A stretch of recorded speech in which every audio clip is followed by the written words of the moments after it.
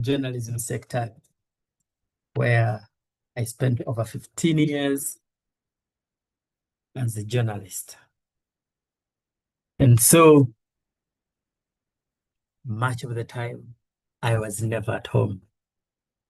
So it is an honor for me to moderate this conversation as we explore what intentional, value-driven parenting looks like in the year 2026. This year, I will be 21 years a parent. So I am learning on job.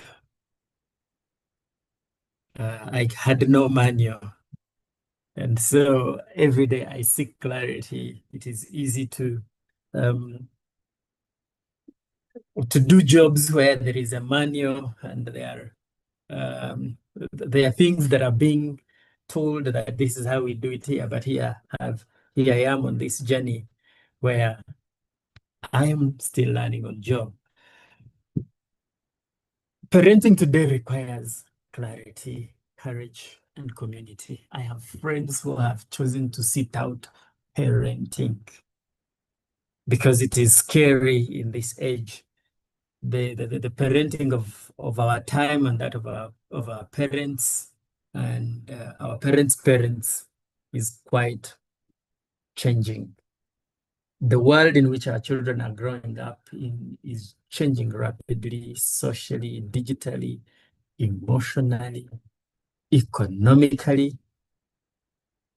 That is why this conversation matters. Parenting with a purpose, for me, means raising children intentionally, shaping character, nurturing resilience, the part of resilience, and shaping character, and then guiding them to become responsible, compassionate, and confident adults. And so we're privileged tonight to have you who have chosen to sign in on this evening, Sunday evening, and to have reflections on family. Family is what God did. The church I attended today at St. Gonzaga here in Nalia, the priest talked about family as the foundation of everything, the foundation of the state, the foundation of the church. And therefore, allow me to introduce the different speakers to this platform of people who will share with us their parenting journey. Mama Tendo, we've been together in the trenches of parenting. I think when we started out at the New Vision, people never thought that the Mama Tendo series, I think this is one of the longest or long-lasting columns in Uganda's newspaper on parenting. And so, Catherine, you're very welcome, and you will be speaking to us on your journey. Yes, our first speaker, Mama Tendo, as I said, she has shared her parenting journey to the rest of the public. I haven't shared mine. I do not have the courage that you have. You are such a courageous woman. Oh, it actually started from the pregnancy, if I remember very well. Yes. So, we've journeyed with the Tendo right from the time when she was conceived, and I am proud to have been there to see you carry to carry Tendo in the newsroom and walking around with your pregnancy proud. At that time, I think people were not as proud to flaunt their pregnancy. You're one of those who walked the newsroom with flaunting and making people feel like, oh, I need to be pregnant. And I think there are some colleagues like Angela who are like, yes, I am also going to get pregnant. Yes. So thank you, Catherine, for flaunting your pregnancy. But yes, Catherine has been writing and mentoring and advocating for impactful families, equipping parents with practical tools. You're such an inspiration. So, Kathy, today you will help us understand what it means to parent from the heart. And then he will be joined by Dixon Tumuramye, a parenting coach and leader. I read your articles, Mr. Tumuramye. And yes, if anybody talked about um, somebody is a coach on parenting 20 years ago, they would be like, what do you know about parenting? You know, I am not sure if at that time you had already become a parent or you had been in the trenches. We expected the coach maybe to have, like it is in football or netball, to have played the game, but we've actually seen some of the best coaches didn't have illustrious careers in football. Talk about Mourinho, one of the football coaches, or Arsene Wenger. They were never classic players out there. You will never mention them as perfect or excellent players. But I mean, they have won trophies. Alex Ferguson for Man U. I mean, they never played excellent football like we see, but I mean, they're the guys that have the trophies. So you will share with us your insights on the role of fathers in shaping purposeful children in the year 2026 and beyond. Please welcome Dixon to the platform. My friend Rachel, if you would mute, we're getting some feedback. Next is Prosi Maraka, a family coach and expert in vulnerable children and youth. Well, we're very pleased to have you, Prosi, and your expertise in parenting vulnerable children. I am very interested in that area, and your dedication to family coaching is unprecedented. Please allow me to also welcome Prosi Maraka to this discussion. Haven't I taken long introducing the topic? So as it is now, allow me to invite Mama Tendo. I hope people have not forgotten your name, that you're Catherine Rueza Nakaranzi. Please go ahead and talk to us.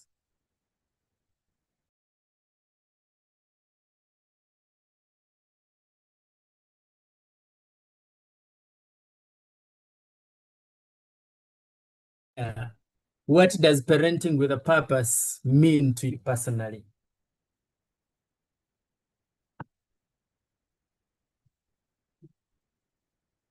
Mama Tendo? If you're not, Hello. yes, Hello. Catherine, I can hear you very well. Thank you very much. Greg, I have just a small technical issue which I'm sorting out.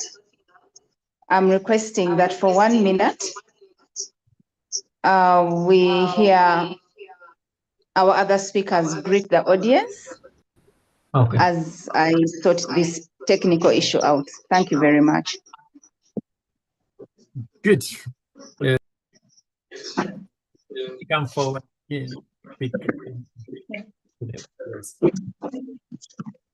Greet the audience.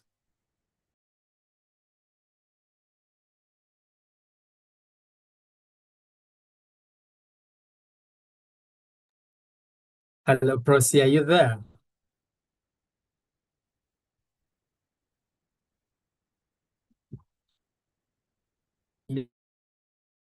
Mr. Tumuramye, would you come forward, please, and say hello? Thank you so much, Agri. I hope I am audible enough. My name is Dickson Tumuramye. Okay, that's good. My name is Dickson Tumuramye. I'm also a father and a married man. I'm married to Prim Tumuramye, and together we have 3 children, 2 boys and 1 girl. And we've been married for now 16 years. And so we've been together for the last 13 years of parenting our children. We now have 1 teen and then 12 and 10. And it has been a very interesting journey. And I'm sure that as we share our experiences tonight, people will be blessed. Yes, I'm also grateful to be here with everyone.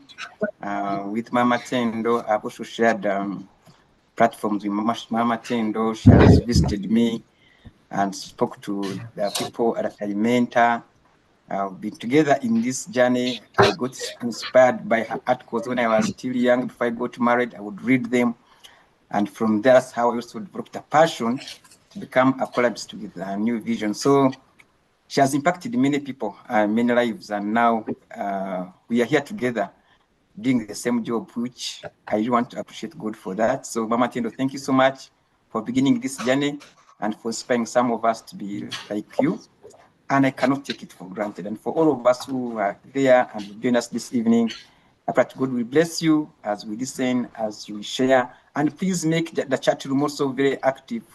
And let's interact together, let's share together. As you listen in, if you have any point, don't shy away from putting it in the chat box. So even a question, so that we can work this journey together, because no one is an expert, but together, all of us are learning on the job, having different experiences now and then, so we can do a great job. Thank you, and I wish you the best as you listen to us. Thank you very much, Mr. Tumuramye. I haven't yet gotten the license to call you Dickson, so when we meet physically. Yes. Please Catherine, receive the license now. It makes life easy. Yes. I prefer Dickson instead of Mr. Tumuramye. Okay. Thank you very much. Kathy, you have the mic. Yes. Yes, thank you very much, Agre, for leading us this afternoon.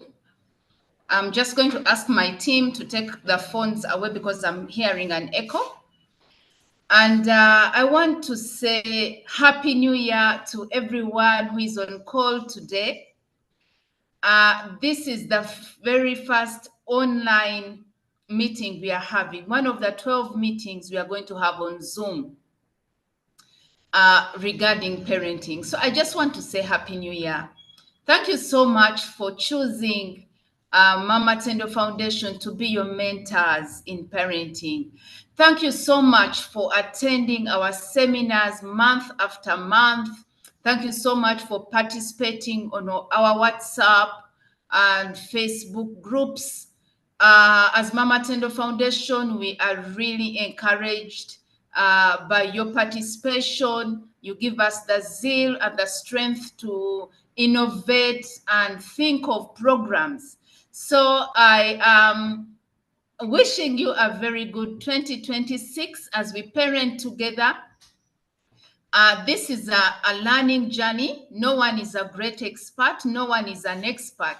We are learning. And I guess some of you may even be better parents in some aspects.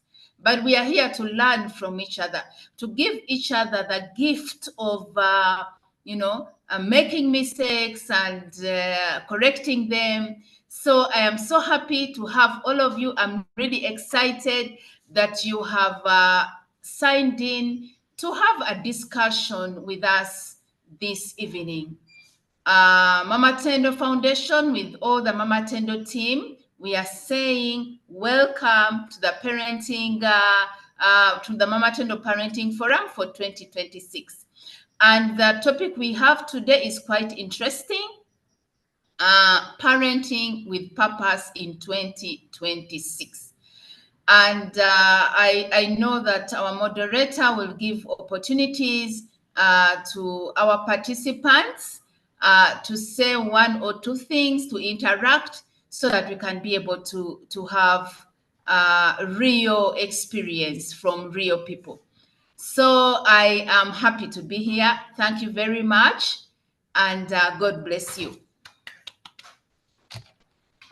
Thank you very much, Kathy.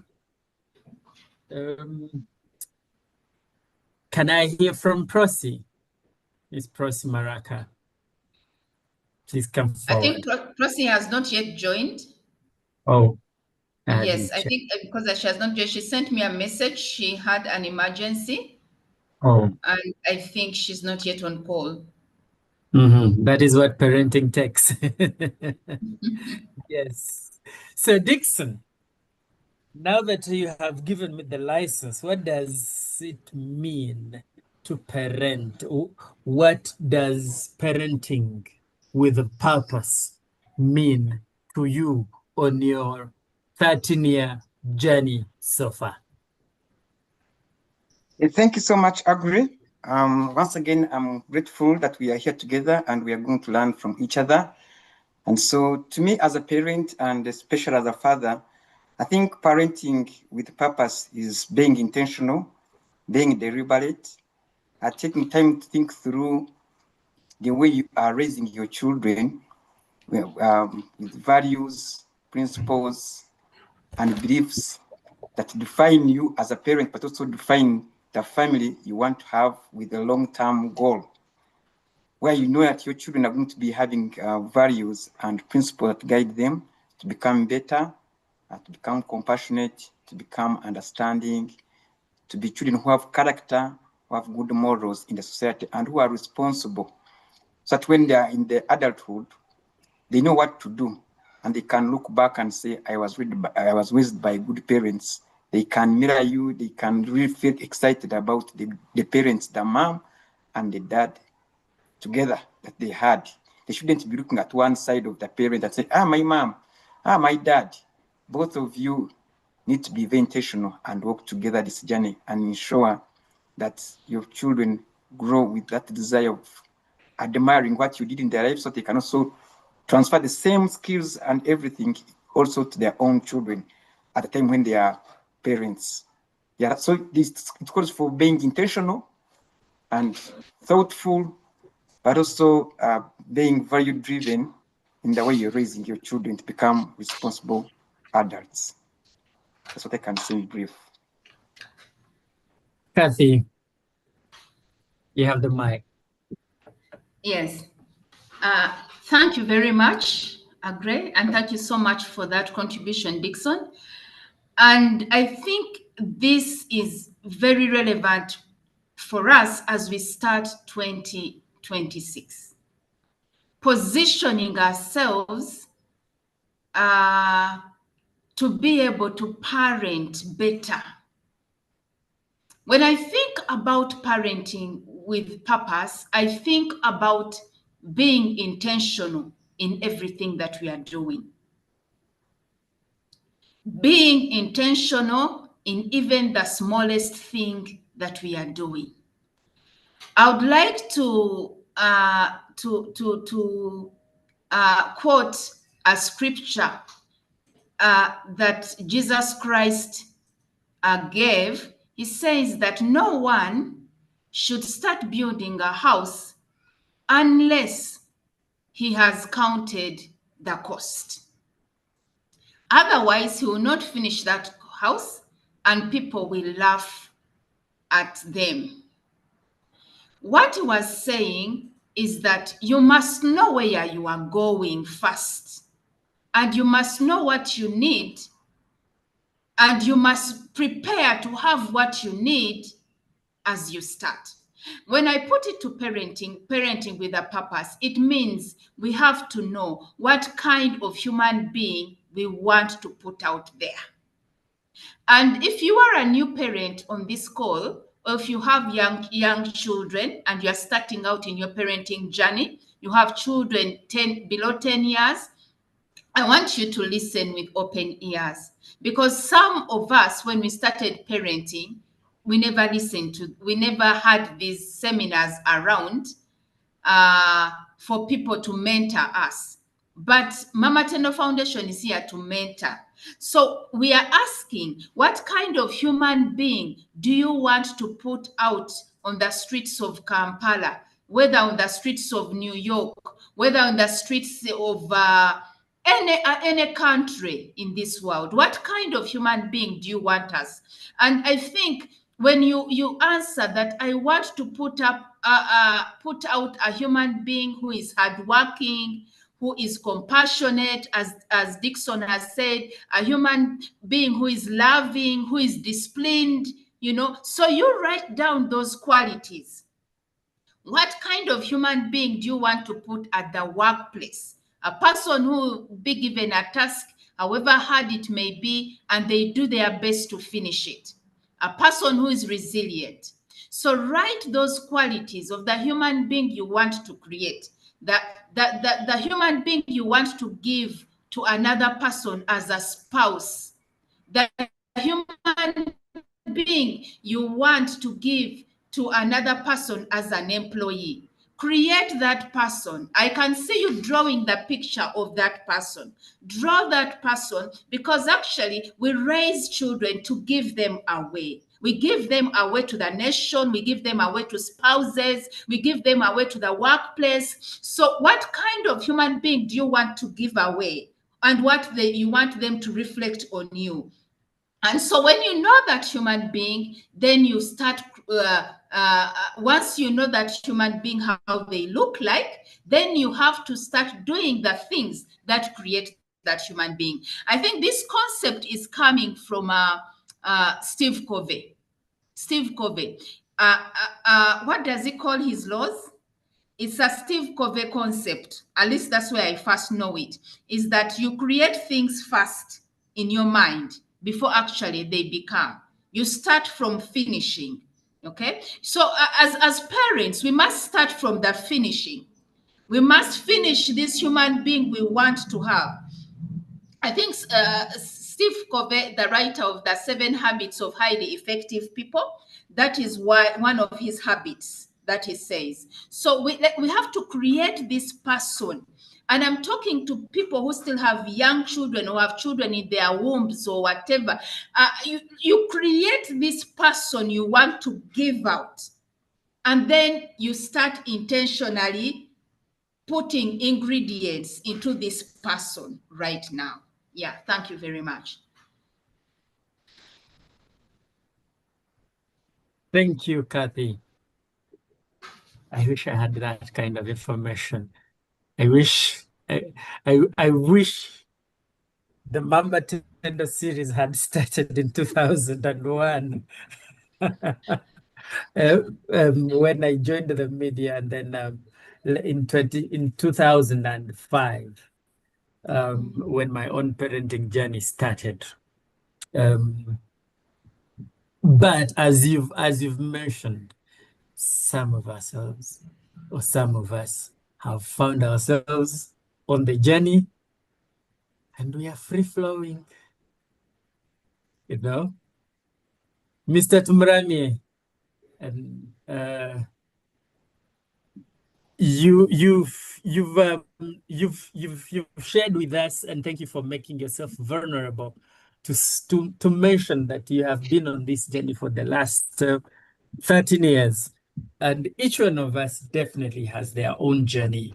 And some people would say, what can he tell us on his 13-year journey when some of us have been at it for 30 plus years? Where I come from, they would say that, you know, even a child will drum and you will dance, you know. Omuto akube ngoma nawe no vivya. That is the Luganda rendering. Dixon, how can parents define a clear purpose for raising their children in today's changing world? I want to repeat that. How do we define a clear purpose for raising children in today's changing world? And underline the word purpose, please. Because purpose to some of us quickly goes to professions. You want to raise a doctor, a lawyer, an engineer, a computer expert, you know, other than the professions. Thank you. I agree. And I think, as you mentioned, the best thing is to understand. You've talked of purpose. So what is purpose? And again, you've added the word, what is that clear purpose that as a parent, each one of us should have? So I think the clear purpose that each parent should have, or what it means to me as a person and you as a parent, it begins with knowing, what am I supposed to be doing as a parent? Why am I a parent? What makes me a parent? How did I become a parent? Is it because of my personal values? Is it because of my needs? Is it because I'm a biological father? Is it because I'm a guardian? Because we are here, but some of you maybe you don't have your own children, but you're a guardian, or you're taking care of your siblings. Maybe you're just here because maybe you came and you're still a single person and you want to become a parent in the future, but I want to assure you, as long as you're taking care of your siblings right now, or you're in charge of someone, then you're a parent of that person. So even this message that we are sharing right now also caters for you. So when we come to clear purpose, to me, I think it is being there for you to understand and say, what makes me that person that I am today, to become a parent that my child will be proud of. So it begins with your own values, what you stand for, what you believe in, and what you intend to see happen in your child or in your children. So it calls for meeting especially children's needs as they are growing up. And these needs should be met holistically: physical, spiritual, social, economic, psychological, intellectual. All these needs need to be met, not just one side of the story. And so you need to have things that define you and also define your family. When you have clear values or core values to define you and also define your family, that means you're going to be intentional in ensuring that these values are well met by my family members. And of course, that means that you also have to be a role model, modeling what you want to see in your children. It begins with me as a father, as a parent. Then, and of course, and we always said you cannot give what you don't have. So when I have these values in me, when I have this good character in me, when I have good principles rooted in me, and I practice them, then it's easier for me as a person to pass them on to my children. The goal is not for only today, but as Proverbs 22:6 says, train up a child in the way he should go, and when he grows up, he will never depart from it. So my goal is to make sure that clear purpose I have is to raise my children in a godly way, in a Christ-centered way, that when these children have grown up, the way I have trained them, the character, the values, the shaping I have done to them will not be in vain. Tomorrow, people will be seeing the fruits they are bearing and they'll be appreciating. Of course, it begins with me as a parent, appreciate, then my household, and then finally it goes out for people to say, yes, these children are well mentored. So it also comes with the family vision. I don't know how many of us here as families have visions, have missions, or have goals, or how many of us here as parents sit with our children and we tell them that this is who we are, this is what we believe in, this is what we stand for, and this is who we are.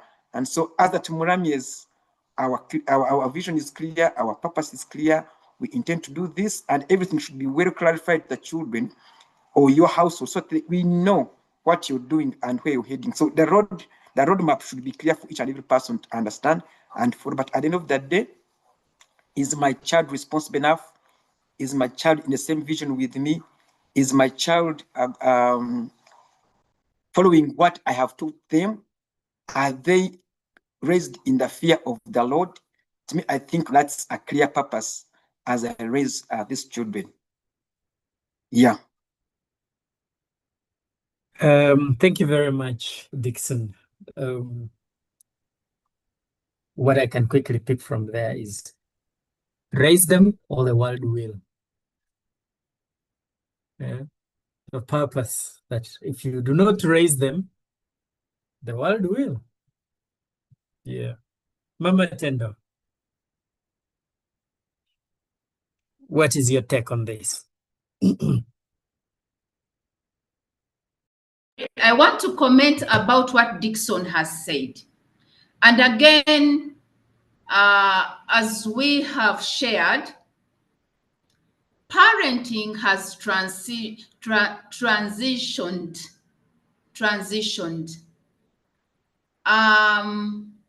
Traditional African way of raising children, there were community values. And because people of the same tribe, people of the same social status lived in the same community, they were not written down, but they were there. But parenting has transitioned, and now it calls us to adopt another approach. And I want to refer to what Dixon was saying. What is our purpose as a family? I think we are responsible for bringing these children on earth and raising them up. We must start there. It must be clear from the very beginning. What is our purpose? What is our mission as a family? What are our values as a family? In a way, if we have this clarity, there are certain things that our children will not be inclined to do, or they will not fall into. They will know what kind of music is accepted in your home. They will know what kind of movies are accepted in your home. They will know what kind of friends they can make and what kind of friends can be brought home. And this comes with having clarity from the very beginning. Who are we? What do we stand for? Whether it's a single mother or a two-parent home, we must have that clarity. If you say that we are religious people, we are faith people, then what are those values that mean so much to us? And how can those values be spread into every detail of our being in the home?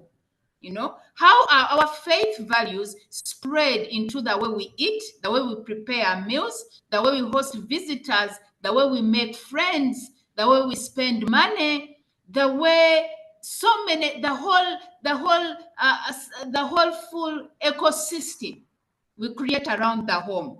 The values must be seen in every aspect. So we ask ourselves, what is our mission? What are our values as this home? Because we are talking about parenting with a purpose.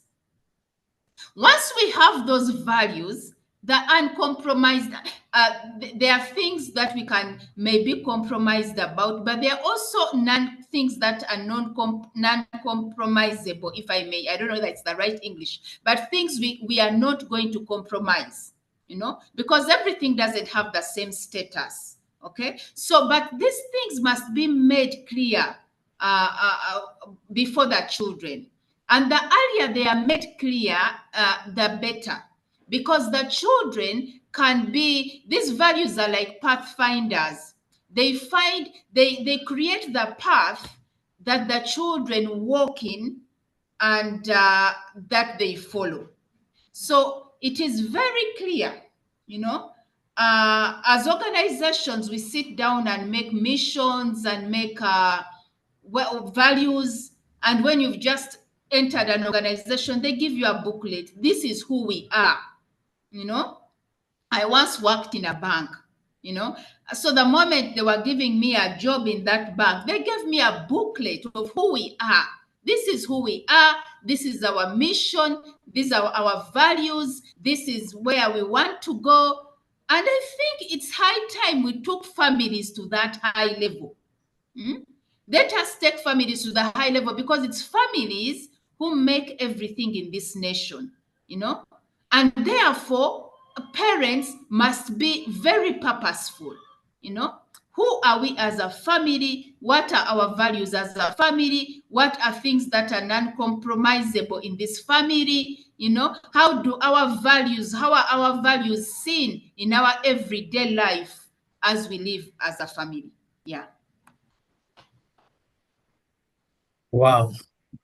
Wow. A good number of us would want to go to factory settings, a reset. I know of organizations that have run maybe for 10 years without a strategy, and they have had to go and develop one. And they have gone and retraced their roots, why they started, and redefining themselves. And this comes from a friend who is defined as an organizational strategy expert, and he didn't have his own family strategy. And so when he was going to an organization to present himself, and they asked him, would you please give us your family strategy, a written one? He didn't, and they didn't give him the job. And what Mama Tendo are telling us this evening, Mama Tendo and Dixon are telling us, is that actually a good number of us, whether written or unwritten, we need to have a long-term strategy for the people that have been put in our trust or have been entrusted to us. As you discussed, Dixon and Mama Tendo, a number of things seeped through that touched values. You also actually mentioned a number of community living. You know, we know of in the 80s and in the 80s and 90s, 80s and 90s, and even way back to the 70s and 60s when Uganda was founded. People who went who lived, you will note, who lived around Buganda Road area, sent their children to Buganda Road Primary School. Those who lived around Nakasero sent their children to Nakasero Primary School, and then to Shimoni around there. Some of us who grew up in Kamocha, you ended up at Aria Primary School. There is a certain value that seeps through, and people can tell. Today, even some people say, this handwriting, did you go to this school? Were you taught by this person? There was something during my school times when I would say, do all Gayaza girls, must all the Gayaza girls have a ponytail kind of hair? You see? Yes, the hair must be held in a ponytail and chinagayaza. There is something that has seeped through in your discussion as you talked about clear purpose. Would you take us on a journey of how we can quickly touch the core values? I will not be shy to share this. Those who went to UCU must have met Reverend Musime. I eventually worked with the son. He told us dinner is always served at 7:30. That was an accountability time. And so I remember we were given an assignment and it was coming to 7 o'clock. And he was still staying at home. He told our boss, I cannot fail to be at home. as long as I eat mommy's food. And they haven't been notified that they haven't been given prior information that I will not be having dinner with the family. I will be at home at 7:30. So I will carry the work, give me the work, I will carry it at home, but I must have dinner with the rest of the family at 7:30. There was no compromise over that. And if mommy was to serve food, she served the food at 7:30, unless there has been prior arrangement. When I met Mrs. Musime at an organization where I worked, and she was one of the board members, I asked her, is this true? She says, it still holds. So if Mrs. Musime was to be at a function beyond 7:30, she needed to inform the family herself that, please, dinner will be served at 7:30, but I will not be present. Share with us your journey and how you have worked on core values for the family. Dixon. Yes, as a family, because when we're talking of core values, we need to know what are core values, first of all. So people need to understand that we are just talking about these deeply held beliefs and guiding principles that shape how a person, how your child, or how a family, or even a society organization thinks, behaves, or makes decisions. So it's a journey that you put across, and you have your standards that you refuse to compromise at whatever cost. Whether someone is watching or no one is watching, that is who you are. So it is a kind of how you define yourself and what you stand for, in summary. So as a family, we have our core values that we stand for.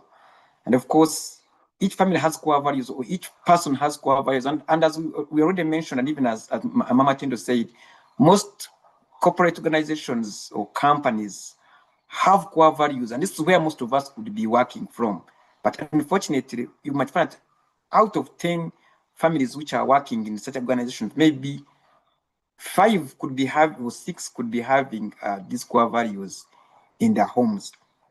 So, as the Tumuramies, we have our core values we believe in. One is Christ-centeredness, because we know that every journey begins with God. As the Bible says in Proverbs 1:7, you know, the fear of God is what we believe in. It's what gives our children wisdom. It's what gives us wisdom. It's what gives us inheritance. It's what gives us the right to become the children of God when we know who God is in our lives. So, you as a family, you might also think about what your family should stand for. Things that cannot be compromised. And these core values become like your compass or your direction. They define you, they guide you. They also hold your children accountable. Always tell our children that there are certain things we stand for as Tumuranians, things to do with truth, honesty, integrity, and always tell them that whether someone is watching you or not, whatever you do in darkness or in light, in privacy or in public, please make sure it defines who you are, outside and inside. We don't want you to be like we always hear what happens in the politics. That during the day, people are blue or red, but in the night, they are yellow. We shouldn't have our children like that. We always tell them, you cannot be like that. If you're yellow in the day and in the night. Whether you're alone or you are with other children, that is who you are. You are the Tumurami. We always tell them that for us as the Tumuramis, we believe in accountability. Accountability is about, you know, when you talk about accountability, most people think about money. But accountability is giving, explaining that this cannot work at a time like this. For example, we're talking about the issue of time management or communication. If you're supposed to be at home by this time and you have failed to make it, as a husband, I inform my wife, I am not to be delayed by this time, so please let this be like this. For example, if they're waiting for me for dinner, I can't hold them at ransom, yet I know that I cannot make it, and dinner has to go on. So I have to call and say, please forgive me, I will not be able to make it. So accountability is part of us. Do you communicate? Do you give feedback? Do people know who you are? Do your children, do they believe in your words? Are you honest enough that they can believe in you? Do you stand by your word? Also, self-discipline is part of what we also teach our children, and respect. Do you respect yourself? Because when you respect yourself, that means you'll be respected. Respect is not demanded, it is earned, and it begins with you. If I respect myself and I handle myself in a way that is appropriate and I believe in myself, then that means even the other person who is watching me will automatically respect me. Of course, some people just take you for granted or hate you from nowhere and they will not respect you. But at least it gives me comfort that for me as a person, I've done my part. So it's about you, but for me as me, this is how I am. So core values help us to have standards that direct and govern our families to work in a way that brings coherence, that brings clear understanding, that sets boundaries, that pushes us to a lifestyle or a culture as a family, as a home, where all of us are together. And in case someone wants to divert, then these core values help them to say, man, you're getting out of the way. Then again, the issue of accountability comes in. You're getting out of the way, please. First, we've always had our children say, please, like when one makes a mistake, they say, for us as a Tumuramis, we don't compare ourselves with others. For us as Tumuramis, we believe in God and that things are going to work. So this is not in our line. Please don't do this to us. And that has put accountability in their midst, and they hold themselves accountable, they hold themselves responsible, and sometimes they also been challenged. Of course, they also come to us and say, but Daddy, you said this, but Daddy, this is our family beef. Why are you diverting from it? So there is a lot of checks and balances when all of us have values. And I pray, have core values. I pray tonight, if you have a family, regardless of how long you've been at home, or you've been married and parenting, whether you're already having children or not, but also at an individual level, have things which define you and what you stand for, and that will make your life easier. Even when things become hard or tight outside there, you'll say, for me, this is what I stand for, so the other one does not define me, and I don't, whether other people are doing what is not in line and seems trending, because of who you are and what you stand for, you say, that's not my business, and you help you to keep in your lane and you not make mistakes. Yeah. Back to you, Agri. Thank you very much, Dixon. You've mentioned accountability, and I am reminded in Genesis chapter 3, verse 10, where God asked a geographical question, and Adam answered it in a biological way. God said, Adam, where are you? And he said, God, I am naked.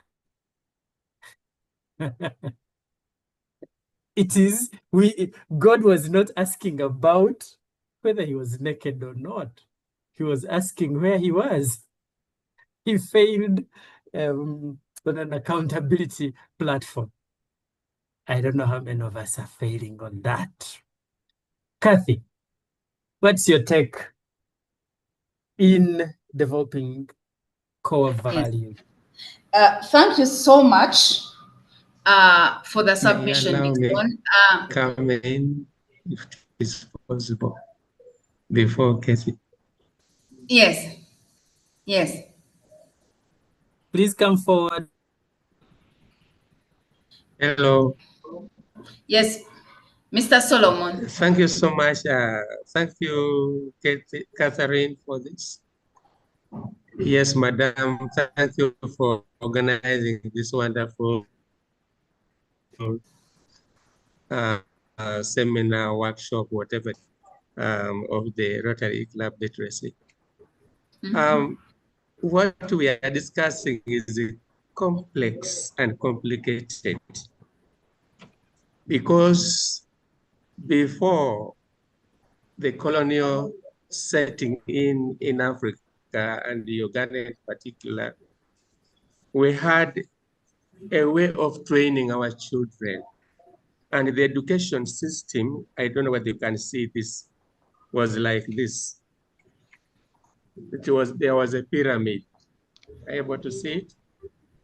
Oh, a pyramid. yes. Yes, now we can see. I can see. The I don't know what foundation I was, understand. yes. Please put it on the screen. Go ahead and put it on the screen. Yes, a pyramid. Oh gosh. Solomon, come forward. Is We've it lost okay? you. Yes, you're Mr. now loud Ocho. and clear. Yes, that was the type of education yes, that was the type of education, the shape of education. And this foundation, you see the bottom is large. The base is big. It had all the beliefs, the, the ethics were all at the base, were built on that. Now, today, the problem is challenging.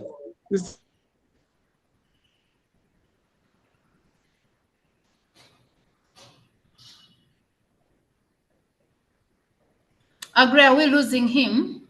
Yes, we seem to be losing.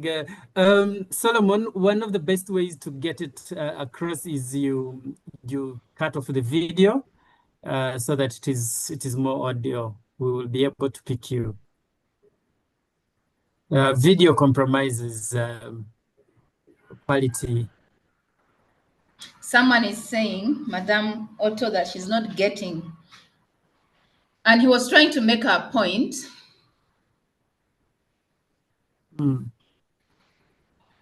If you allowed me to read some of the messages at this point, Lucy says maybe we can move his video for better network connection. Yes. Solomon, the best way to have you is if you are not using the video. If you will be allowed to come through, we will be monitoring. You can always raise your hand and we'll pick you up. Okay. There's also another message that has come through that the host can do it and unmute without video. Oh, no. I think, Kathy, we're still comfortable. We are picking you very well, loud and clear. Yes, please. Remember, colleagues, that we're not only on Zoom, we are also live streaming on YouTube. And YouTube is incomplete without the video. Solomon, you're back. Are you able to speak?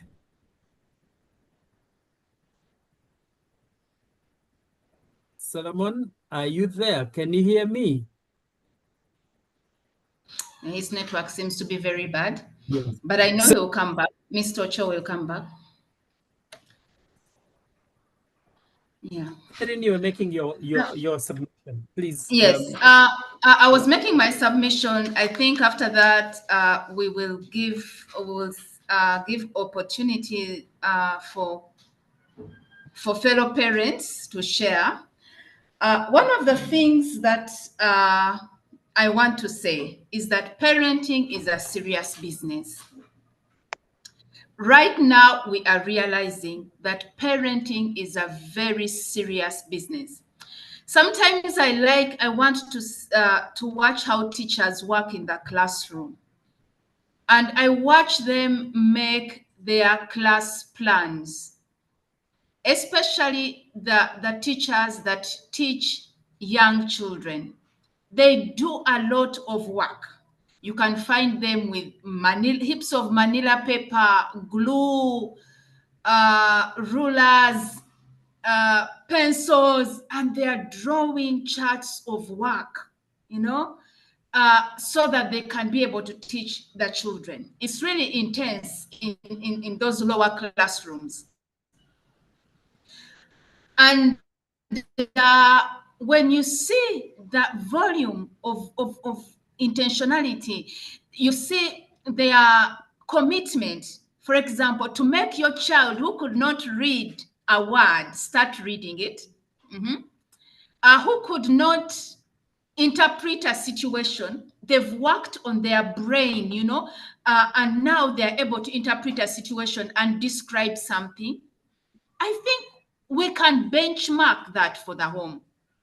Many times we've taken homes to be very casual. We can do anything the way we want things to be done. And if we really want to put out a certain category of children out there, then we have to change the way we see things. We have to start being intense in the way we are raising children in our very homes. The things we do to make them gain those values. And these values are very important. Akra, you've talked about Mrs. The Musime family. Yes, Musime. Yes. Yeah, which I know very well, of course. But also over the weekend, I was at a burial. I was at a burial of a relative on my husband's side. And this is a mother who had 6 children. And when the children rose up to share what their mother had done, one of the things they said that she was extremely intentional. At their home, dinner was had on time. 7:30, dinner was there. At 4, you knew tea was there, Now, these strict schedules, are not just strict for the sake of strictness. These are things that create memories for children, that make home a very valuable place for children, okay? That make children become nostalgic about coming back home. Now, we are saying this because I don't know where you are with your family. I don't know what stage you are in your family, but wherever you are, you can start doing 1 or 2 things that children can know that they are predictable as far as the family is concerned. Okay, they are predictable, and this is connected to values, because values give us stability, and they also give us direction. Okay, and some of the values that Dixon mentioned, some values: discipline, honesty, the value of faith. Many of us here will say that we have that value of faith in our families, that we are faith people. Namely, we go to church every Sunday, and we pray with the children every day, probably, or every week, I don't know. But then I feel that we need to break down the faith values to come into other spaces in our families, the faith value, the Christian value of saying that this home is a Christian family. Maybe this home is a Muslim family. This home, how is that core value? Because we've mentioned it as one of the core value, that faith is a core value in this family. Now, that value of faith is not only seen by your going to church every Sunday.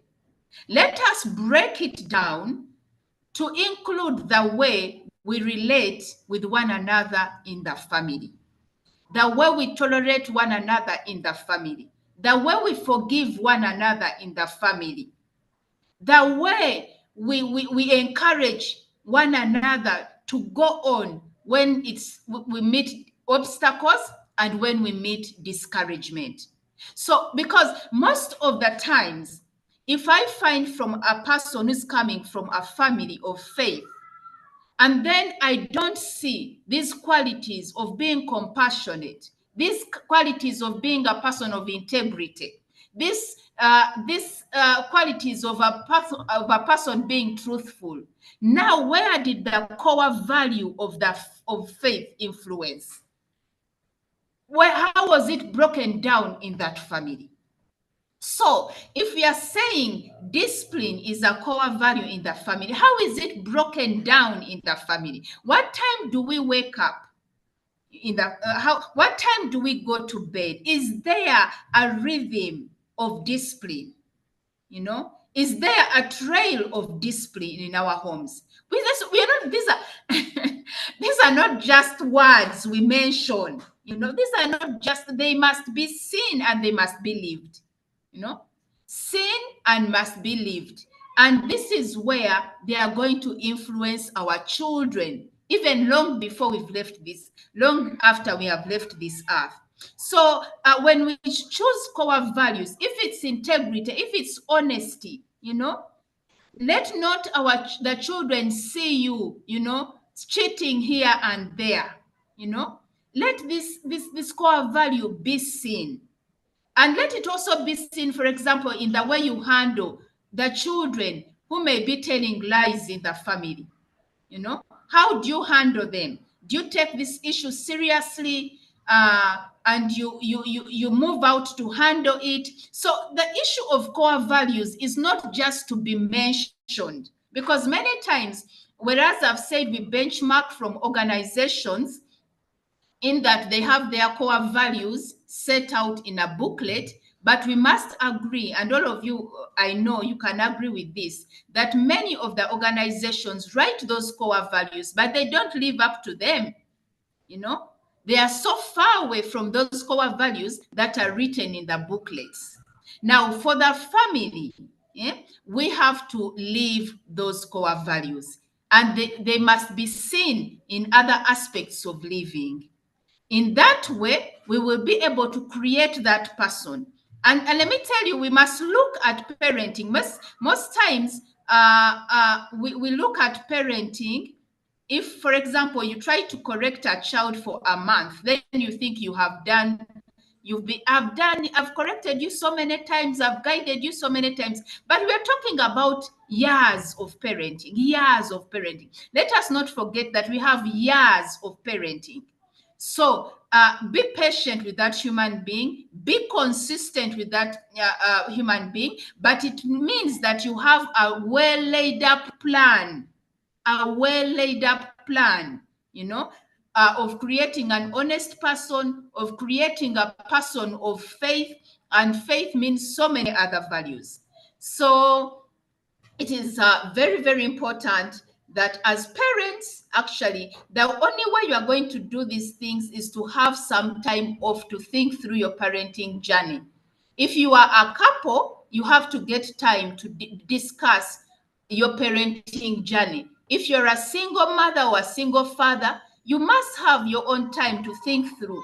Nogambo babaana bange bali batya oba kiki kye ndabye mu baana bange kye saagala, or something like that. You have to give some time, you know, to parenting, to think through the person that you are sculpturing, that you are putting together to give to another person or to another community.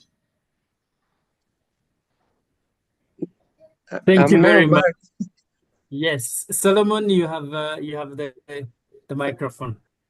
Thank you so much. Mama Tendo, you are saying a family of faith, but sometimes in many families, the faith has also gone wrong, and they go to learn other things other than the values of maybe Jesus Christ. That's just a challenge to you. It depends on the type of faith. Now, let me go back to the triangle. We used to have a broad base foundation of all education should be on values, as we have been saying. But this has been turned the other way around. It is upside down now. If we see the bottom, we have the values, sense of belonging, we have love, and all those. Then it goes to maybe, that is after the basic needs. And the basic needs, food, shelter, clothing, were shared without any discrimination. Today, it is not. because now we have taken this bottom of the triangle up, and then the tip has come down.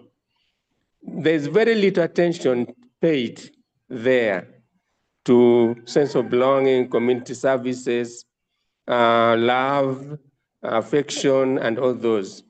Now it is the education issue, the degrees, graduating with at nursery level. And then you find that the children right from nursery know that education is more important than the basic values that our parents used to give us. So in the school itself, there's a lot of interference, even if we have standards of behavior that as parents we set for our children. Why am I saying that there is a lot of interference by schools? In the school system of today, we have examination system. Examination system does not teach about community service, but teaches that society, community should be the servant of the individual because of exploitation. When a child is in the school, he will struggle to become number one, division one. And if he gets division one, he must be the best in that division one. When he goes to school, he wants to get to the best school, and then the best marks, and then the best university, and then the best job. Not minding about sharing, not minding about community. So such a person raised by the school system will not look at the basic values that African society teaches. They look at individualism, individual achievement, to be the best of all. Now, if you want to be the best of all, you want to accumulate the best quantity of wealth, you surpass everybody, how will such a person, the individual, probably comes from a faith family, how will that person really reflect the concept of love or the practice of love, humility, honesty, sharing, being a good Samaritan? You can see that whatever program we have in society, in the community, in the family, will be distorted by either the church or the school system. So, and also, when we say, who's the purpose? There should be purposeful upbringing of children. Whose purpose? Is it your purpose as the parent? The purpose of the individual child? Is it purpose of society? Which one comes first?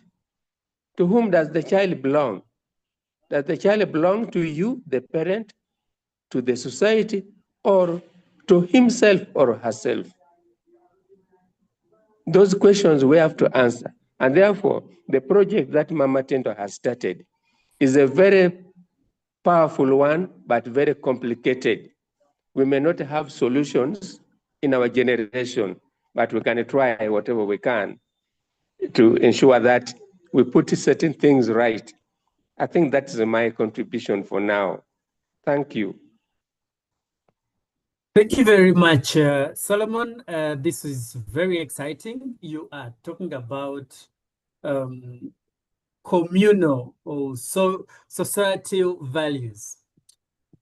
At the beginning of this discussion, I shared with you that at our church today, the priest mentioned the family and said the family is the smallest unit of the state. And I think in our civics, that is something that we learned.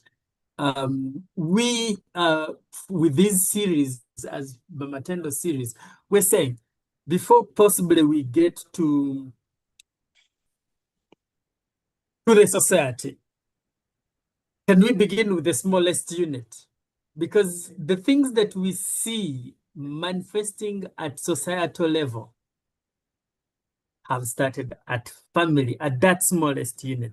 And therefore, it is the belief of the Mama Tendo Foundation that let's begin weaving from the smallest unit, and we will see the ripple effect of this.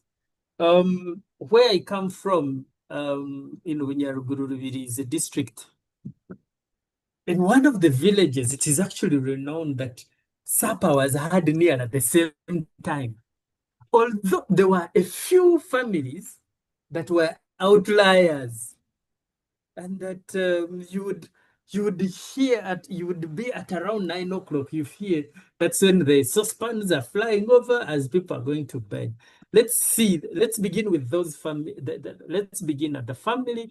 I agree with you that the influence that that the families have will trickle down to the schools. There's certain things that families will reject and schools will listen.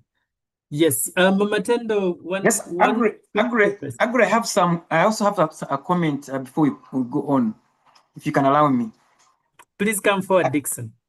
I want to appreciate Solomon and the concerns he has raised. They are very, very pertinent concerns, and especially the questions that he have raised at the end. But I still want to say that the purpose belongs to the vision bearer. And the vision bearer in this case is you as a parent. And as you've mentioned, it begins with that smaller household. And here, this is the home we're talking about. Even I would think that the purpose is, first of all, intended for the home, the family, the household, on how they want to be. Who are you as the Tumramies, the Shikanabos, the Huezas? I'm just using these common names that I know. Who are you?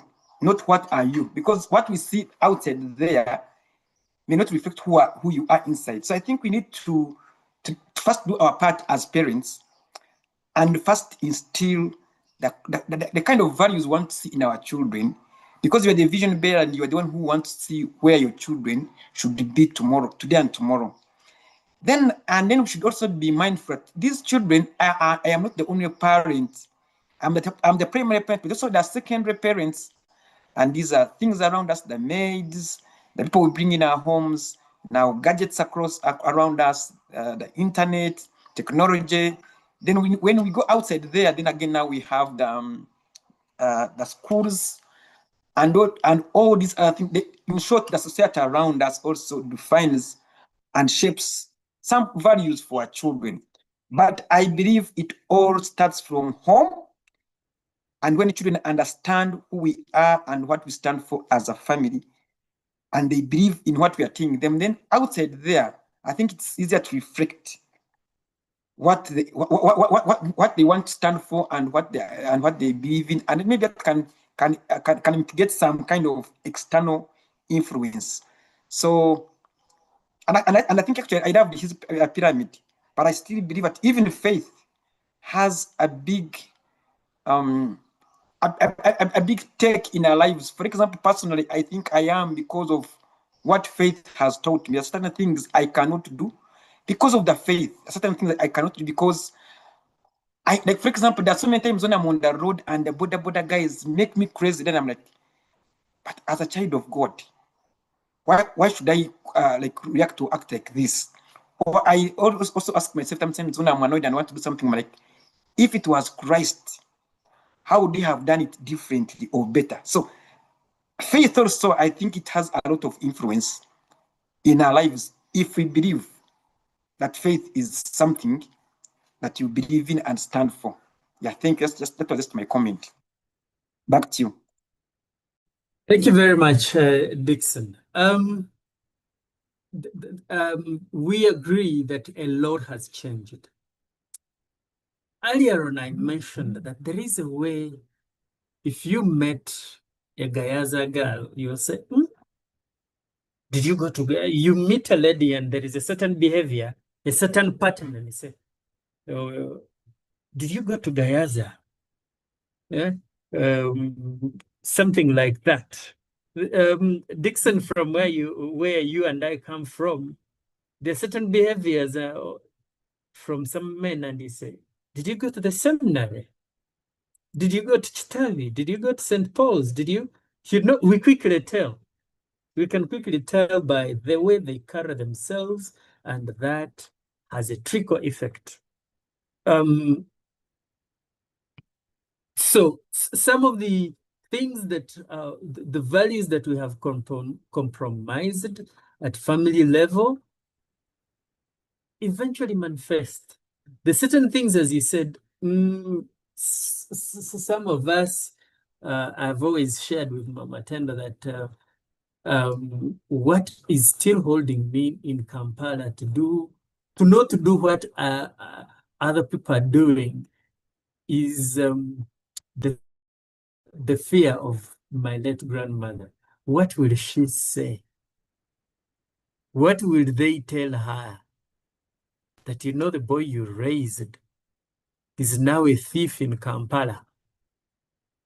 You know, one of the things some of us who've been in positions that have huge procurements, and then you're like, what if they put an advert?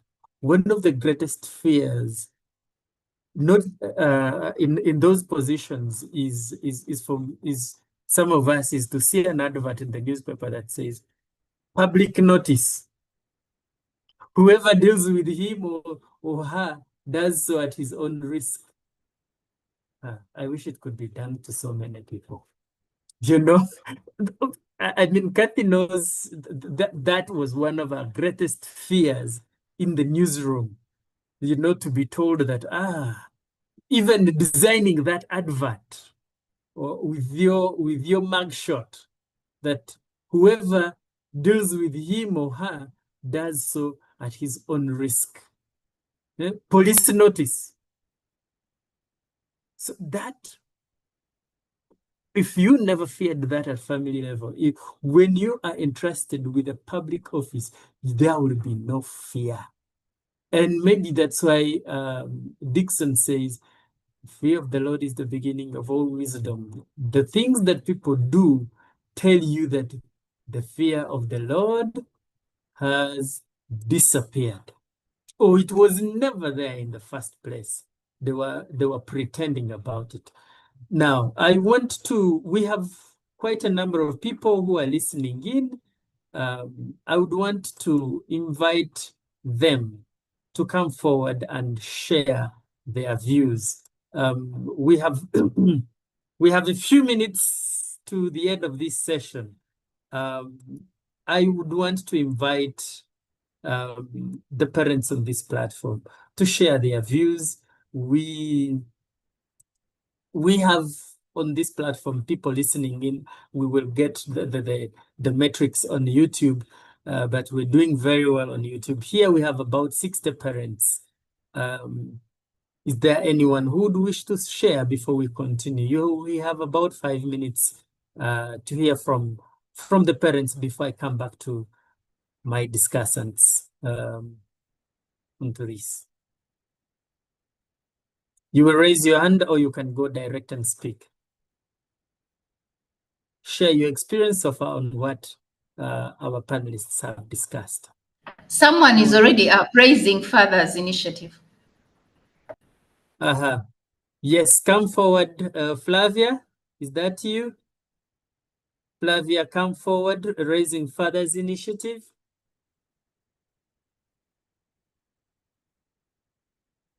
Hello, Flavia, can you hear us? Oh, yes, thank you. Thank you so much. I'm so blessed to be on this call. And I'm so glad that I managed to join in. And I want to agree with all the speakers. Parenting is a decision that we need to make intentionally. Yes, so many times, many people would parent the way they were parented, but it's not always the right way. I know there are some good things that we can copy from our parents, but there are many things that we would drop because the society we live in now is not the society we were living in earlier. And for me, my biggest take is to raise our children in the ways of the Lord. No matter what faith you believe in, I'm a Christian, and that is the way I would love my children to be raised. Because if you don't, they will choose their own faith at the end of the day. And it may not be the right path to take.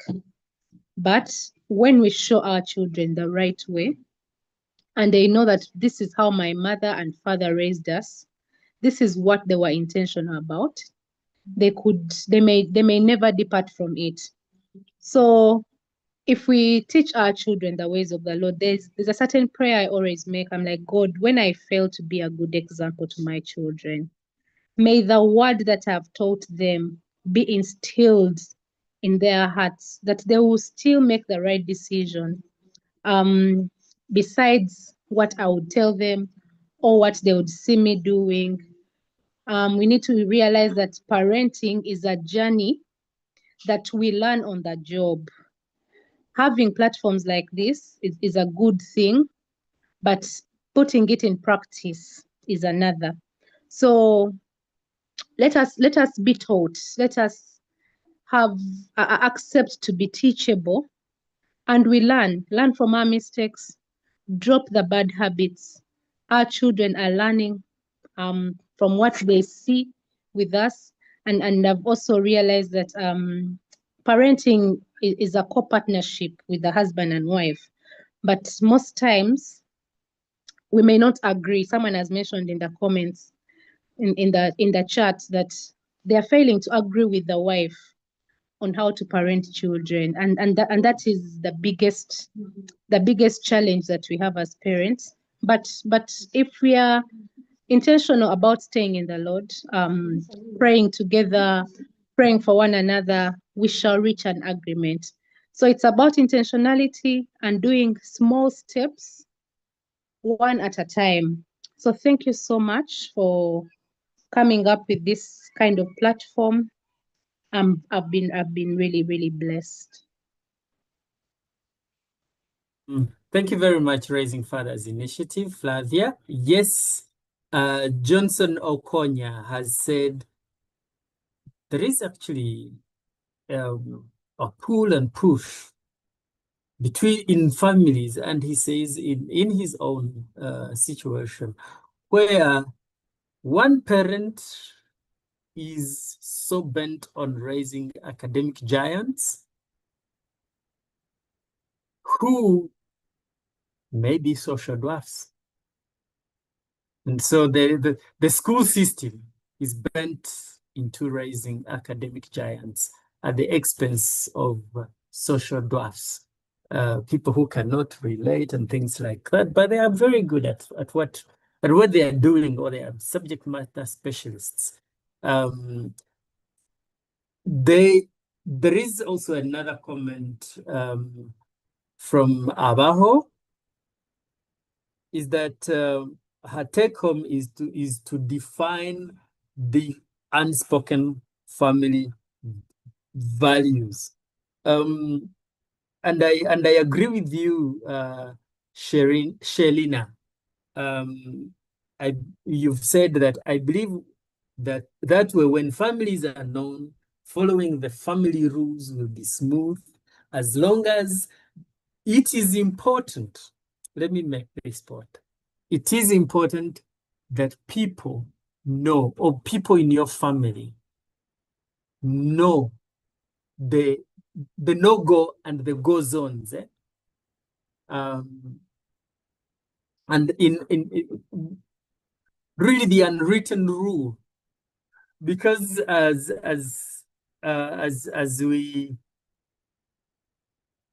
we've discussed, it is important, and Kathy, you've mentioned it, that you got places and organizations that have written values and things like that, but they never live by any. And I think every government office in Uganda has zero tolerance to corruption, but we are the third on the corruption index world over. So it is not enough to write the values. It is enough to live the values. Is there any other parent that would wish to share? Somebody's asking that where two parents disagree on how to raise their children, what would our experts on this platform advise on the way forward? I take this to Dixon first. I'm going to come again with that question. If two parents are disagreeing on the ways of raising the children, how would you advise them on the way forward? Because already they are on the journey. And I think I would pick from the previous comment that was made by the same person, because I've seen is the same person asking. I think as a couple, I think you need to sit down and agree and have a common goal and agree on how you're going to shape your children. Because if you keep pulling ropes, that tension will automatically affect your children. I know children, they are like monkeys, they see and do. So for them, they are watching how you're doing things. And tomorrow they will now start sidelining with saying, that is the one who's bad, mommy is the one who's bad. Or at one point, they will blame the parent who's pushing for something that will at one point lead them into a problem. So I think as parents, you need to first sit and say, what you're saying, when I'm teaching marriage about communication, I always draw 6 and 9. Because when you're the other side, for you see 9 as 6. When you're this side, you also see 9 as 6. So unless one person goes the other side to see, but what are you talking about? Why are you calling 9 6? Unless one person goes the side of yours and you also come this side, none of you will ever agree because you are all correct in your own way. So I think you need to agree and say, let's talk, let's have a conversation, and objectively, not subjectively. What do you think? And maybe since this was raised by my fellow man, my fellow father, I think maybe take initiative of sitting with the wife and say, you know what? I understand your point and appreciate it, but let's now go stage by stage, and let's put our egos aside, because maybe there could be some egos from each one of us, because we all claim to be understanding and doing all these sorts of things. So agree and say, I think for the best of our children, but if we start like this and then we see how it goes, like put strategies together, discuss, analyze, internalize, revise, and then agree on a common goal. You may not maybe necessarily come to the same conclusion at the same time, but at least let one of you compromise for the sake of your children, and then first try one thing. If it fails, then you say, okay, then now come to my side. But if you also try like this, so because all of us keep learning on job. Otherwise, if each of you keep this side and another one also is up, you not get anywhere. But where there's communication, where there's objectivity, where the child is at the center of this, against our own desires and needs, and we will never get anywhere. And I hope also prayerfully, I don't know if you believe in God, but for me, I believe in God. I believe in prayer. I believe in the word of God. When I always get stuck and I don't know what to do for my children, for marriage, for my personal things, and I look at the cross, I have always gotten a solution, and there's always hope. So don't give up with the talks and communication with your wife as you seek God's guidance. And maybe if you feel that the two of you cannot come to the same table and conclude on this issue, bring in someone else that you trust. Anyone that you trust who can come and stand in the middle. And so I think let's agree on this, like someone a third party whom you believe in and who can objectively look at the issue and guide you accordingly. Before you know it, this will no longer be tension in your midst. Thank you so much. Thank you very much, Dixon. And indeed, as you've mentioned, may I just chip in there? Monkey see, monkey do. Yes, Solomon, you have 30 seconds. Yeah, thank you so much. The issue is the two have disagreed. What is the way forward? Whenever they sit 100 times, they may still disagree. I had a situation in which a family had 6 girls grown up. They had gone beyond S4. The mother wanted them to get married. The father said, no, my children must continue with the education. So they were fighting each other. Then they approached me. I sat them 3 days consecutive until the woman said, it's okay, let the children continue. And now all of them, 3 have gone to university. Only 3 got married and they are now eating But that is after there was an agreement between the two. So if the two people have not agreed, we need external counselor, maybe a reverend father, a pastor, or a close relative or friend. That's when we can have breakthrough. That is my contribution.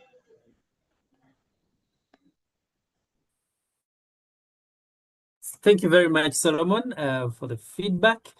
I am allowing one parent, if there is anything that you would wish to share before we get to wrap up this discussion with our panelists.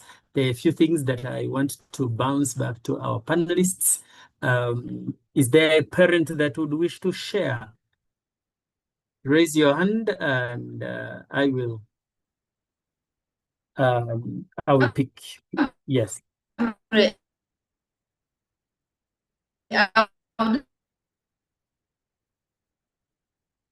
Mama Tendo, we can't pick you, Mama Tendo.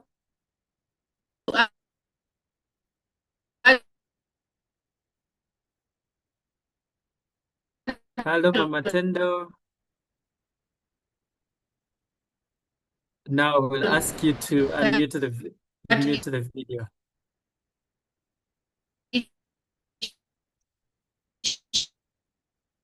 We are unable to hear you, Mama Tendo. Would you mind putting up muting the video? Mama Tendo, would you mind muting the video? Agreed. I would like to add Yes. on that issue, not agreeing, Yes, because it's very many people are sitting on disagreements. Say that I want to say something about the two parents. Hear me? Wait, what's wrong? Now loud and clear. You're now loud and clear. Okay. I would like to say that there is a scripture that says, how can two people walk together unless they agree? So there must be a meeting of the mind. You know, first of all, there was a meeting of the mind when those two people came together. Yeah, they were not forced on each other. So there is somewhere where the mind met, the values met, and they came together to be husband and wife. And even when it comes to raising those children, there is somewhere where there is the meeting of the mind.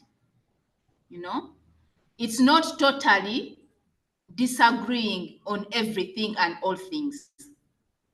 So and I'm happy it is the father that is raising that issue, because most times if men find that they are not agreeing with their wives on issues of raising children, they go silent. They go silent and they let the mother do as she desires. They don't want to fight that battle, you know? And I think that is not a good approach, because the children miss out on the input and the direction and the guidance that a father would have given.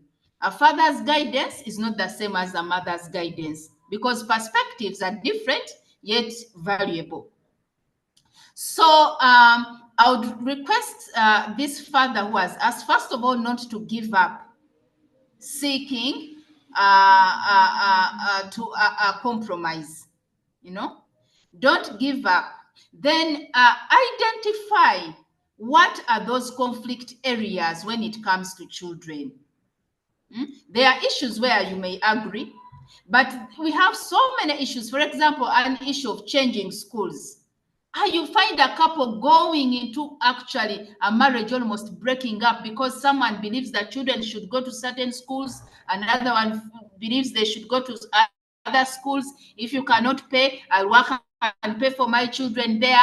You know, you find that a family can be broken down just by the choice of schools children are going to go to. So it's very important to identify what is the hot spot of disagreement as far as parenting is concerned. Then look at those issues, and specifically, don't say to your spouse that we are disagreeing on everything concerning children, but bring out the hot spots and say we are not seeing eye to eye as far as discipline is concerned. And why is this so? You know, you try to dissect your own challenge as a couple. Why do you feel like this? Why am I feeling like this? Trying to listen to each other because you are in a partnership. Never lose sight of that. Listen to his view, listen to her view, and you ask both yourselves, both of you, how can we work together even if we may not see the things from the same perspective? Remember that a house that is divided against itself cannot stand. So you must pursue, you must pursue a meeting of the mind as far as raising children is concerned. Pursue it at all angles. Then another thing that I find is the hardness of heart. One of the two never willing to compromise or to listen to reason. However much reason is given, they are not willing because their side of view is not taken. Now that is childish. When it comes to parenting, stop being childish, you know, because you are raising children now. You are not in secondary schools where I used to have arguments with your friends until even your head burst and you refuse to change your mind on something. Something that Mr. Ocho has shared about the couple who wanted to wed their children. He sat down with them for 3 days. I am happy that the mother now saw the reason and she was willing to compromise. She was willing to, she saw the reasoning and said, my value here does not hold, you know, let my daughters go finish school. So there must be a willingness on both of us as a husband and wife to compromise. But if you stay so hard-hearted, you are just going to break your own children and you can also break your own marriage. So those are my contributions to that question of couples.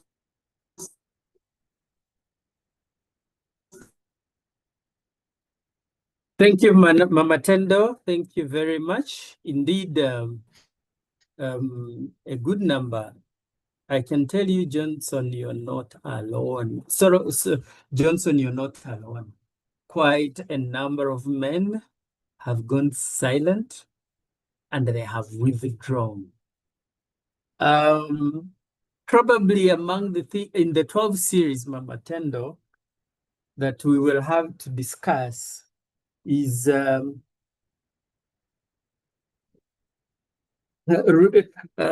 know, to know how the ship operates, that you repair the ship as you sail, because a few of us are lucky that probably we chose our spouses. Otherwise, some of the men and women out there, circumstances made them to be a couple. The other is people come from different, they have different intentions of where they marry. I know of another couple, as you mentioned, where they said, my boys have to go to Namiriango. It is Namiriango or never.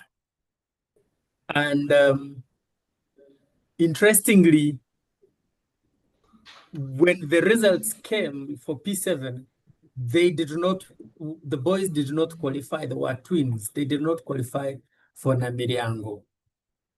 And the mother said, even if it means calling the Archbishop, ensure that my boys go to Namiriango, I will do.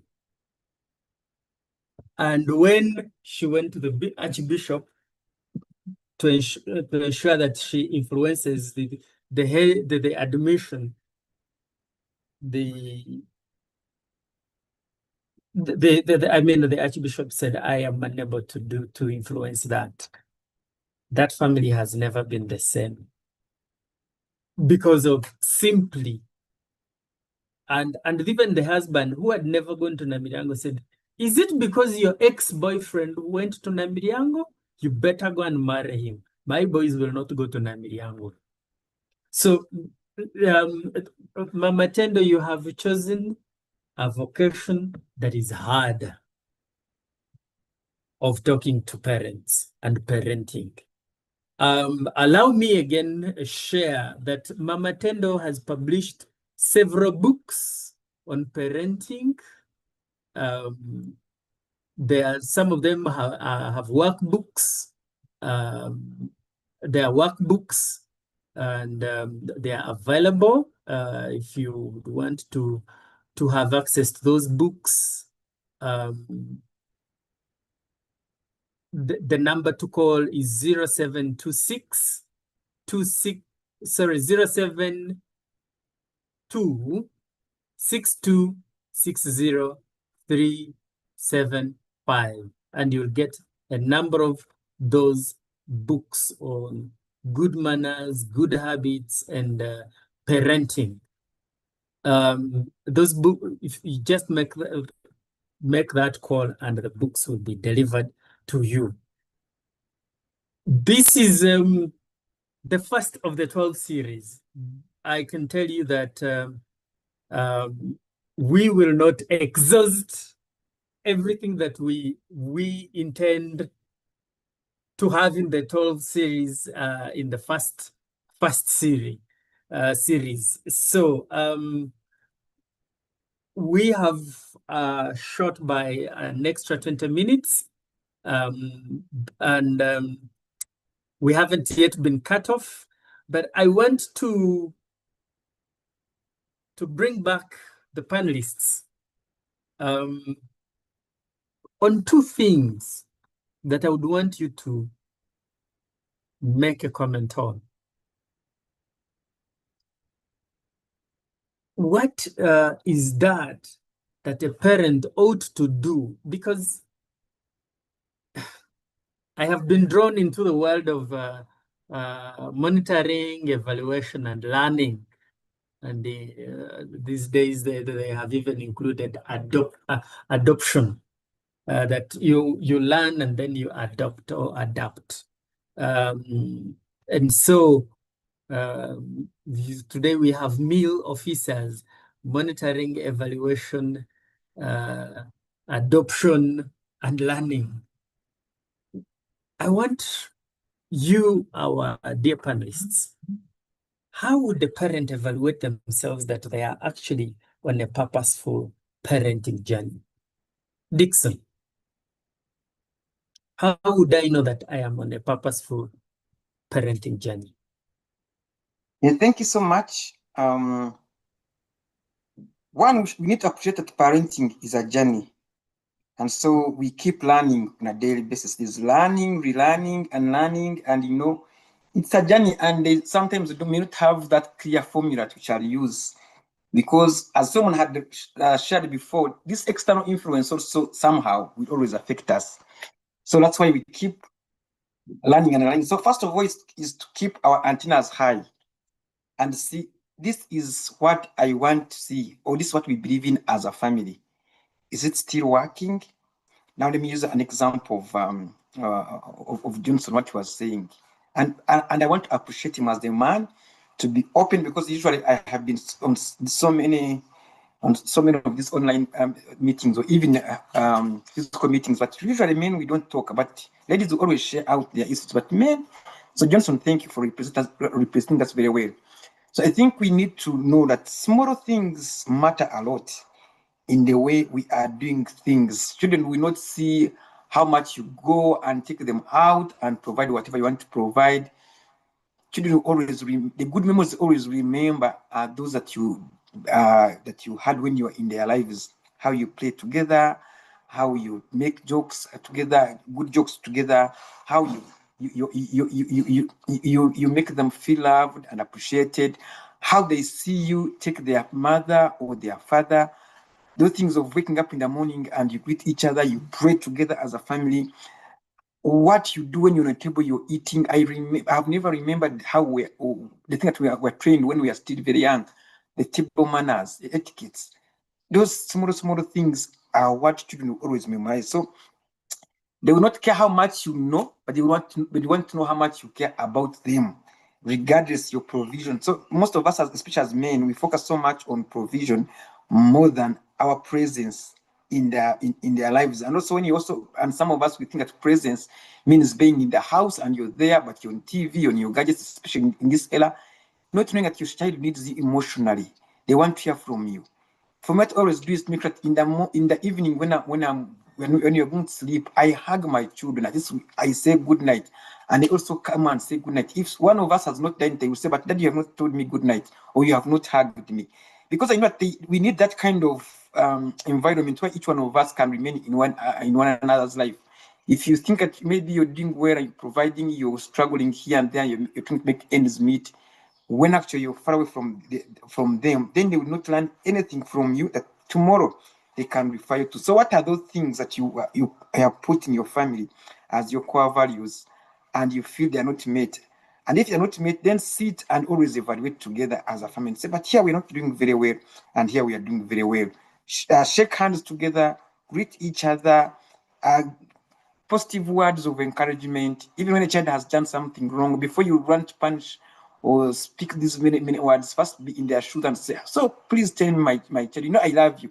And I know that you're sharp, you're bright, you like first begin from the positive point, and then that will help the child calm down, because already their intention, they think maybe you might punish them, to bring them down, and then they will be able to talk to you. As I finish, where things are not working out, I think there's need for rebranding in our parenting journey, and also to remember that these children are from God. Psalms 121 verse 3 says, children are a gift from God. They are a heritage from Him. So I think all of us need to know that when things do not work out, how do we rebrand and make sure that we get back on that right track?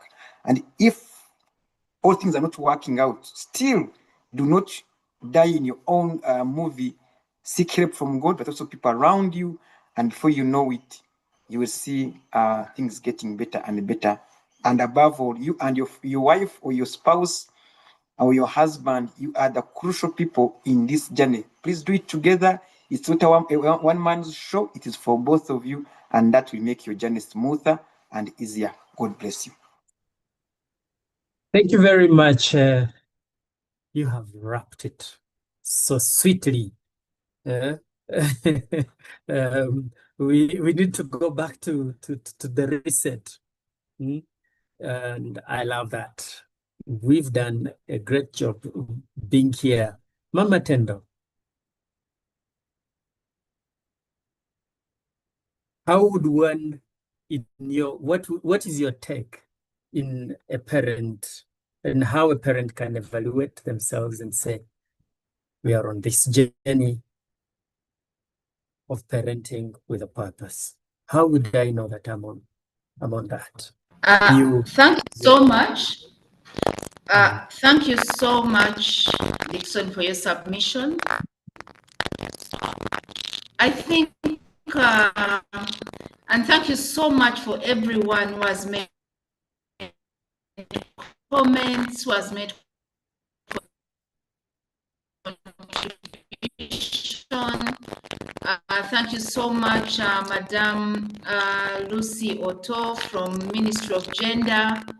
You've highlighted that mention here that parenting is under a certain ministry here in Uganda, and it's the Ministry of Gender that handles parenting issues.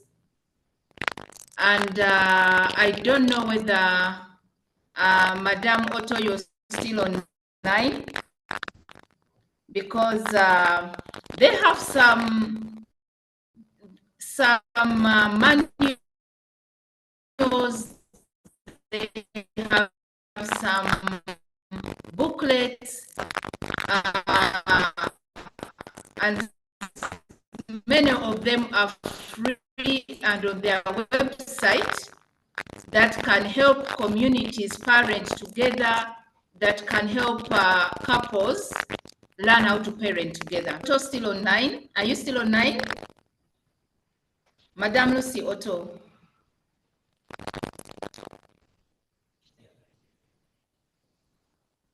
Okay, I'm told she's still on, but probably she cannot hear us.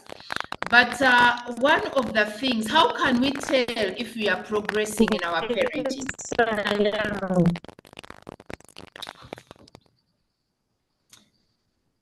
Hello? Our network is bad. Yes. You, Mama Tendo. Can I say something? Yes, please, dear. say something. Can I say something? Lucy Otto from Ministry of Gender.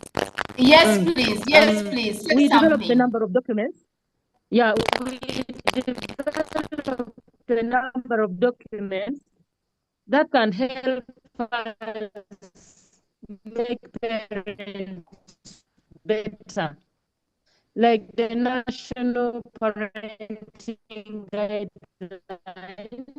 giving practical skills to parents.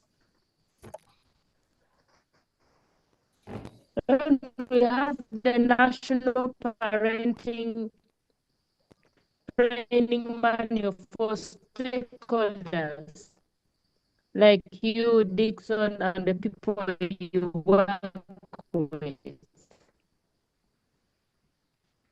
Then we have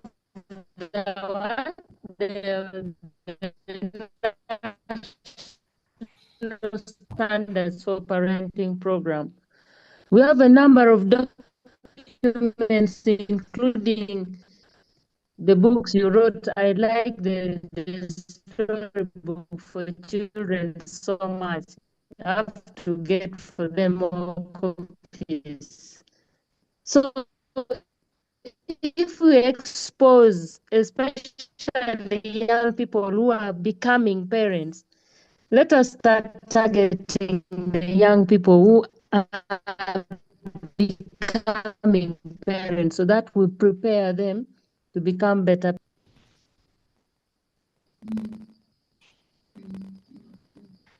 That is true. Thank you so much, Madame Lucy. And you can check on the website of Ministry of Gender. This information is available, and most of these manuals are practical, so you can be able to use them as a church community and as a family. And I would say that most of these approaches are research-based. They have not just come up with them, but they are backed with research. They respect culture and they respect faith also. I've gone through a number of them. I've benchmarked from them. So as parents, let us be hungry for better approaches in parenting. Agra, can you hear me? Can everyone hear me?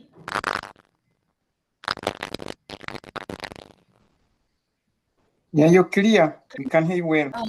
Yes, I'm concluding, but also with making the last an announcement that Mama Tendo Foundation is organizing a winning workshop for mothers who are starting to win their children. If you have a child between 6 months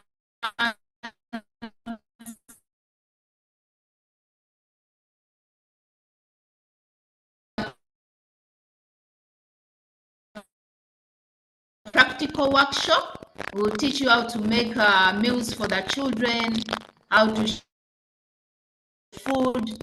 So please pass this information on to some of your friends that are winning children.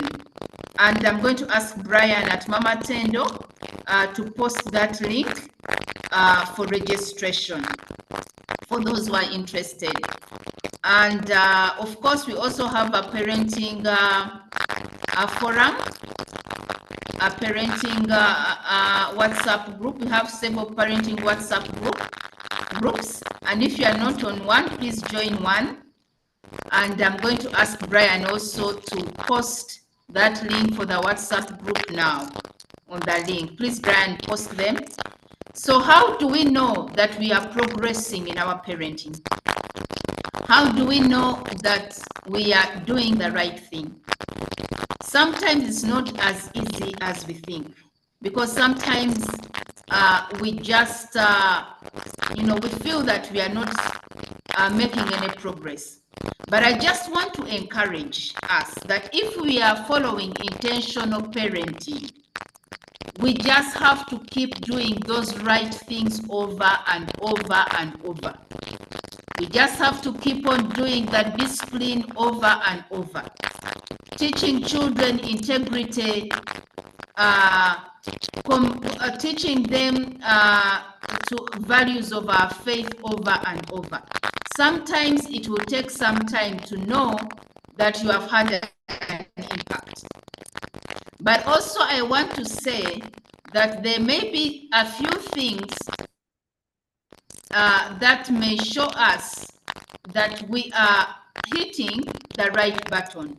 For example, we should measure the level of connectivity in the family. How are we connected as a family? What is the level of connectivity? How are we talking to one another? How are we caring for one another? Is compassion, is love, is care, is faith visible in our families? Okay? And then, of course, we also need to see that we are seeing children grow. By growing, mean that a child who used to be mean and selfish, we see them overcoming that challenge and becoming more compassionate and more generous. We see ourselves as parents where we used to bark and shout at the children, thinking that is the only way they can be able to learn. We transit and take another approach of sitting down with the children, talking with them, having conversations as a family. So there are things that we can be able to immediately see that we are transiting, we are growing as a family, but there may be some things that we may not see except after some years have passed. So thank you very much. Thank you very much. Thank you very much, Mama Tendo. Oh, I'm getting an echo.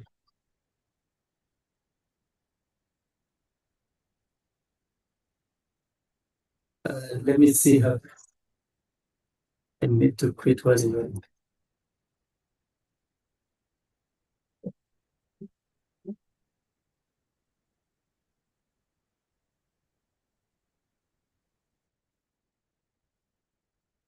Hello?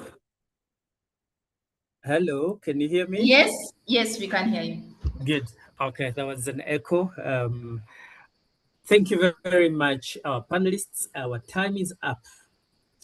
I want to read one of the messages from one of the parents, where she said, "This has been very enriching. Please continue. Continue to share. Continue this series." And I want to thank you very much, our panelists, especially on the beat of looking back and evaluating our journey.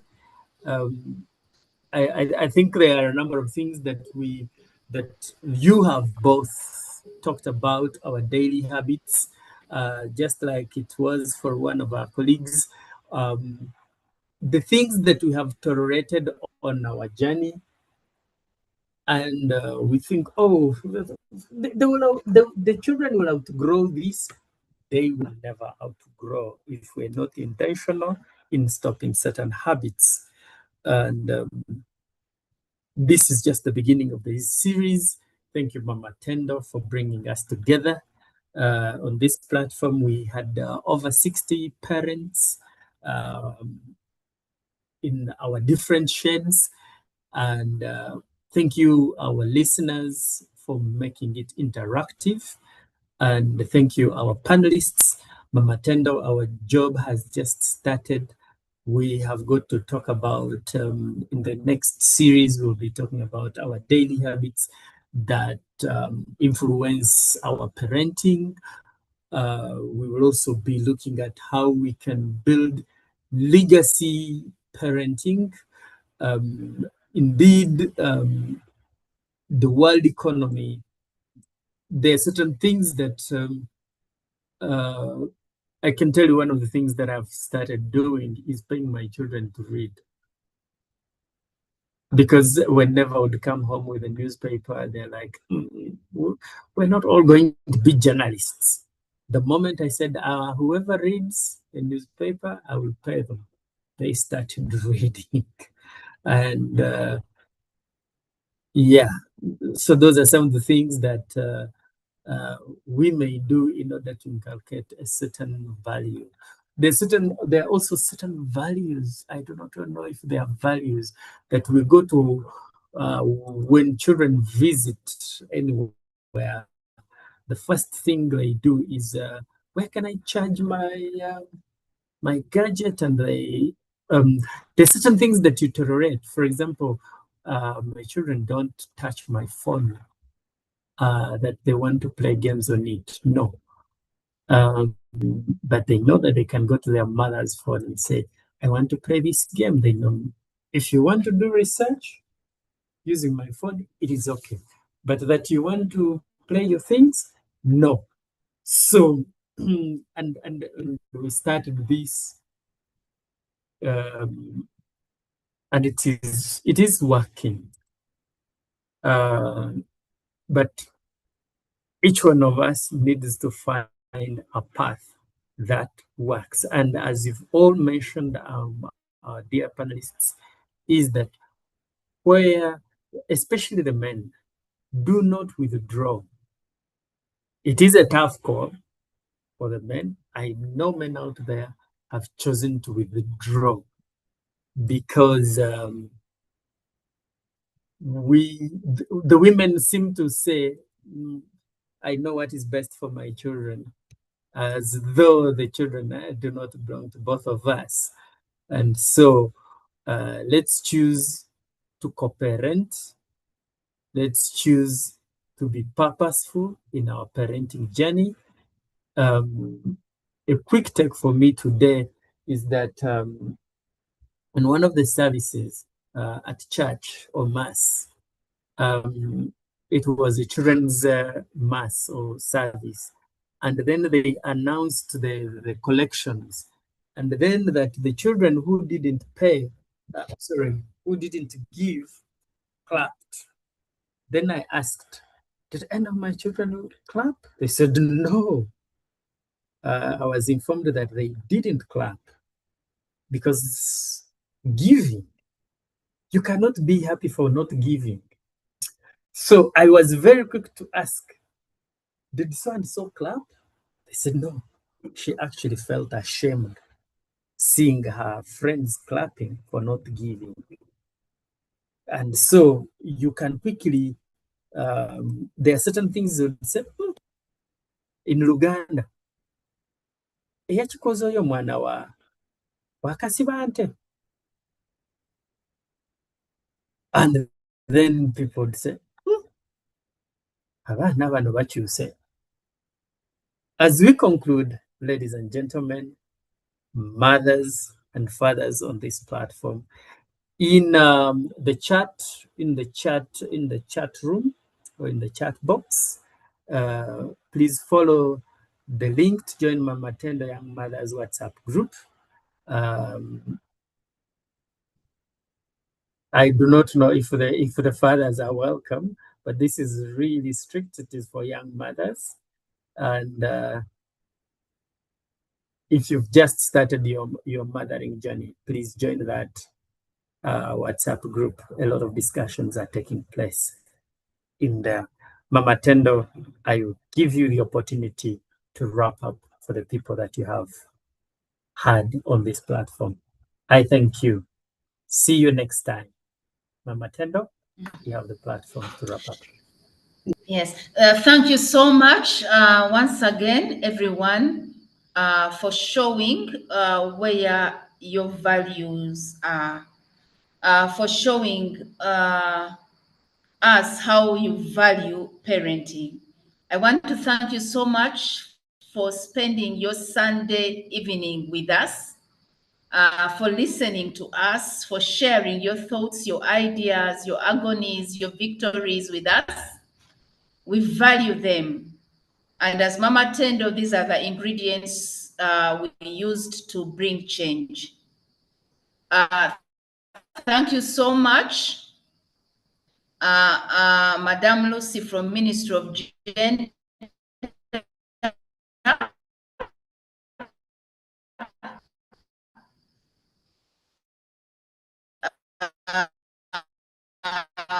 Part of this meeting affects our parenting parents, and most times we cannot argue with them. So it's very important to have policymakers part of our parenting gatherings, part of our parenting forums. It helps them understand the people they are making for policies and to hear their voices. So we treasure it when we have policymakers on the forum. I bring you greetings from my family. I bring you greetings from my husband, Engineer David Ruhweza, who is not on call today because he had to go for a burial. I couldn't go because of this meeting, but he sends his greetings, he sends his love to everyone.